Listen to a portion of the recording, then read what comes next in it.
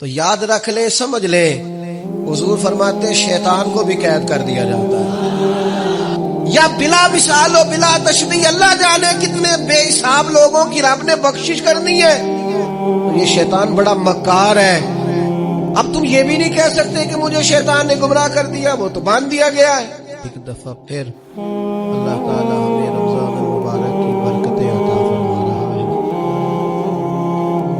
اللہ تعالیٰ نے قرآن مجید میں ارشاد فرمایا ہے کہ یا ایھا الذین آمنوا کتب علیکم الصیام کما کتب علی الذین من قبلکم، اے ایمان والو تم پر روزے فرض کیے گئے ہیں اس طرح کہ تم سے پہلے لوگوں پر فرض کیے گئے تھے، لعلکم تتقون، تاکہ تم پرہیزگار ہو جاؤ۔ روزے کی برکت سے تمہیں تقویٰ نصیب ہو۔ صوم کا لغوی معنی رکنے کے ہوتے ہیں، یعنی صبح سے لے کر مغرب تک کھانے پینے سے، عمل زوجیت سے رک جانے کا نام روزہ ہے۔ ہر چیز ہر شے کھا سکتا نہیں ہے، بس رمضان میں ایک پابندی اور لگا دی کہ جو جائز بھی ہے، جو حلال بھی ہے، جو طیب بھی ہے، بس تمہارے رب کی مرضی ہے کہ تم نے صبح سے لے کر مغرب تک وہ بھی نہیں کھانا۔ بس پہلے بھی پابند ہے اللہ کے حکم کے، اور رمضان میں ایک پابندی اور کرنی ہے اور روزہ رکھنا ہے۔ اور اس روزہ کتنی کو محبوب چیز ہے اللہ کو، کتنی کو پسند ہے۔ نسائی میں حدیث ہے، ایک صحابی نبی کریم علیہ السلام کے حضور حاضر ہوئے اور عرض کی یا رسول اللہ صلی اللہ تعالی علیہ وسلم، مجھے کوئی ایسا عمل بتائیں جو مجھے نفع دے۔ مطلق اعمال میں سے جتنے بھی اعمال موجود ہیں اللہ کی رضا کے لیے کرنے والے، ان میں سے اس نے کوئی کسی عمل کا انہوں نے سوال کیا۔ عرض گزار ہوئے یا رسول اللہ صلی اللہ تعالی علیہ وسلم، کوئی عمل بتائیں جو مجھے نفع دے۔ تو اللہ کے حبیب علیہ السلام نے فرمایا روزہ رکھ، اس کی مثل دوسرا کوئی عمل نہیں ہے۔ روزہ اتنا بڑا عمل ہے انسان کو نفع دینے والا، مسلمان کو فائدہ پہنچانے والا، کہ اس جیسا دوسرا کوئی عمل یہ حدیث میں حضور علیہ السلام نے بیان کی۔ اب روزہ اتنی بڑی سعادت ہے، اور کرنا کیا ہے؟ اللہ کے حکم سے کھانا پینا۔ جس وقت اس نے کھانے سے روک دیا اس وقت رک جانا ہے، جس وقت اجازت دی ہے اس وقت کھا لینا ہے، لیکن نفع اتنا ہوگا کہ حضور فرماتے ہیں اس جیسا دوسرا عمل ہی کوئی نہیں، اتنا فائدہ مند کام۔ روزے بڑی غنیمت ہے، رمضان المبارک کا مہینہ بڑی سعادت ہے۔ آپ اندازہ فرمائیے کہ نبی پاک علیہ السلام نے حضرت سلمان فارسی رضی اللہ تعالیٰ عنہ فرماتے ہیں رمضان سے ایک دن پہلے خطبہ دیا تھا باقاعدہ، اور ہمیں حضور نے رمضان کی عظمتوں سے آگاہ کیا۔ رمضان المبارک سعادت افروز گھڑیاں ہوتی ہیں، اس کا لمحہ لمحہ برکت ہوتا ہے، اس کی ایک ایک ساتھ خدا کا انعام لے کے آتی ہے۔ رمضان المبارک کی ایک ایک گھڑی بخشش، مغفرت، اللہ کی عطا، اللہ کا کرم، اللہ تبارک و تعالیٰ کی رحمتوں سے بھرپور ہوتی، ایسے جیسے چاروں جانب خدا کی رحمت کا می برس رہا ہوتا ہے۔ بس جن کی جھولیاں پھیلی ہوئی ہوں گی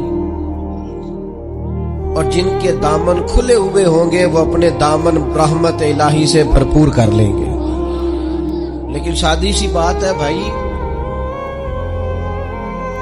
جو آدمی سویا رہے، غافل رہے، اٹھ کے اپنے کمرے کا دروازہ ہی نہ کھولے تو سورج جتنا مرضی چمک رہا ہو اسے کوئی فائدہ حاصل ہوتا نہیں، اسے کوئی روشنی نصیب ہوتی نہیں، کیونکہ وہ تو اٹھا ہی نہیں، جاگا ہی نہیں، بیدار ہی نہیں ہوا۔